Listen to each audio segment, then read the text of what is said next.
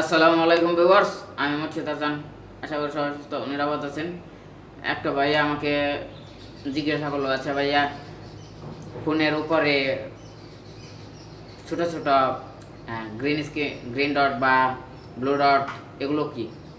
তো আমি বলে দিতে চাই, আপনারা যখন প্লে স্টোর বা অ্যাপ স্টোর কিংবা শেয়ার ইটের মাধ্যমে কোনো আপনাদের বন্ধুদের কাছ থেকে শেয়ার করে কোনো অ্যাপস ব্যবহার করেন, তখন পারমিশন চাই। আপনারা সেই পারমিশনের যে ইস্যুগুলো থাকে বা ক্রাইসিসগুলো থাকে সেগুলো না করে শুধু অ্যালাও বা এস করে দিয়ে রাখেন।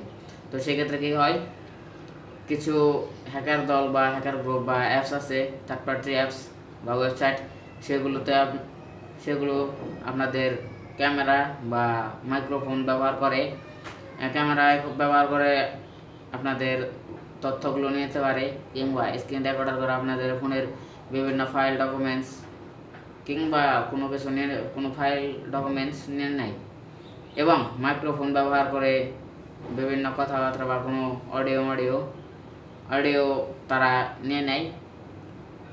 তো আমার রিকমেন্ডেশন থাকবে, আমার পরামর্শ থাকবে, আপনারা যখন অ্যাপস ইনস্টল করবেন তখন তাদের পারমিশন ইস্যুগুলো দেখে নেবেন। আর আপনারা না জেনে শুনে কোনো লিঙ্কে প্রবেশ করবেন না।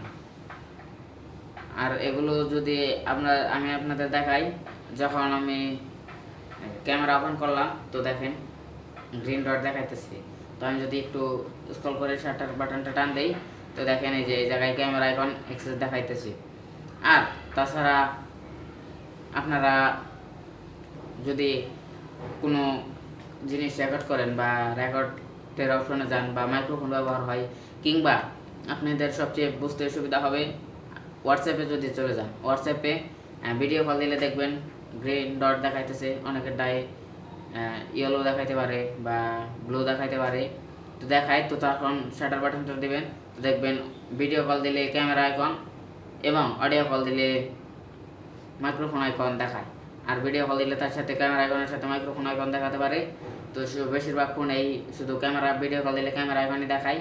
তো যদি আপনারা যখন ক্যামেরা বা মাইক্রোফোন ব্যবহার হয় এরকম যদি থাকে, তাহলে যদি দেখেন যে সবুজ ডট দেখা যায় তাহলে এটা স্বাভাবিক। আর যদি দেখেন যে আপনি ফোনটা ব্যবহার করতেছেন না, ফোনটা হাতে নিলে তখনই দেখলেন সবুজ বা রেড গ্রিন বিভিন্ন ডট দেখা যায়, তখন সেক্ষেত্রে আমার রিকমেন্ডেবল থাকবে, আমার পরামর্শ থাকবে আপনারা ফোনটাকে রিসেট করে দেবেন। আর আপনার যদি ফোনটা কীভাবে রিসেট করতে হন সেটা না পারেন, ফোন রিসেট কীভাবে করতে হয় সেটা যদি না পারেন, তখন আমাকে কমেন্ট করে জানাতে পারেন।